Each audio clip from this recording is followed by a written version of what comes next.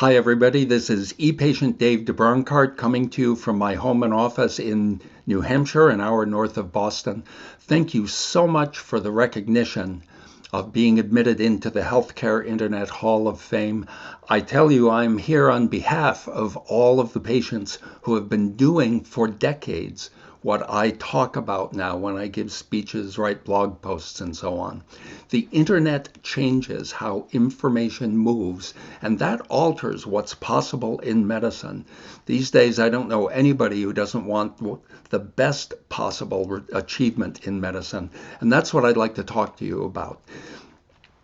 I was 19 when this photo was taken in 1969, the first photo of the Earth taken from the moon.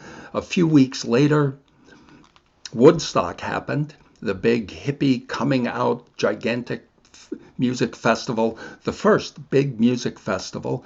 And that fall, the Whole Earth Catalog was published, a sort of a hippie handbook of how to grow your own food, build your own house, and so on. And 25 years later, the medical editor of the next edition of this book was a young doctor named Tom Ferguson, who had just come out of Yale Medical School a few years after Woodstock. He was a visionary. He saw that access to information was one of the key ingredients in healthcare achieving what it can.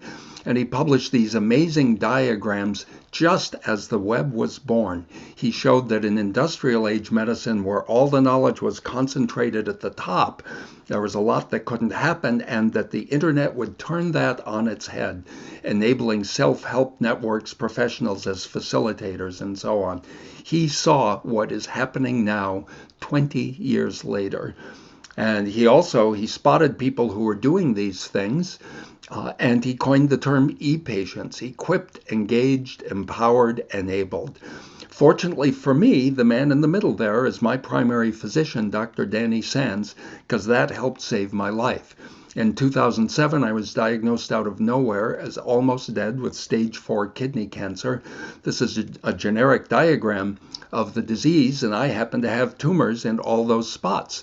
In fact, I had more tumors all kinds of places, and at diagnosis, the best available literature said my median survival was 24 weeks. That's something that will focus your attention.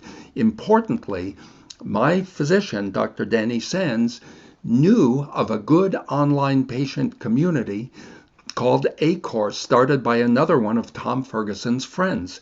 ACOR has now moved to become a company, Smart Patients. There are others, Inspire.com, Cancer Commons, all kinds of them.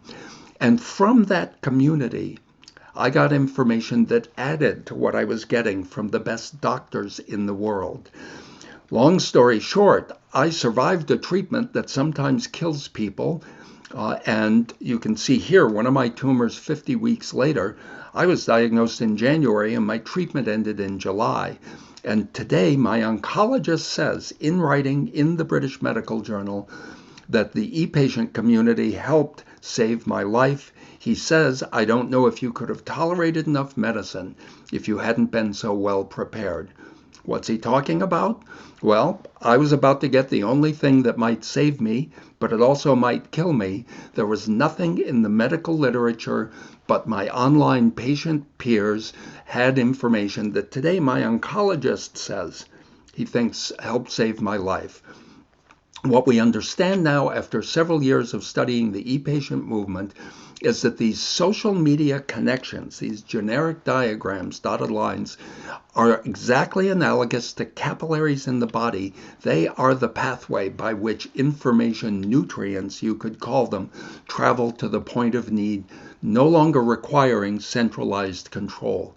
Medical knowledge has truly shifted in my lifetime from being a closed system to being an open network, and that changes what's possible.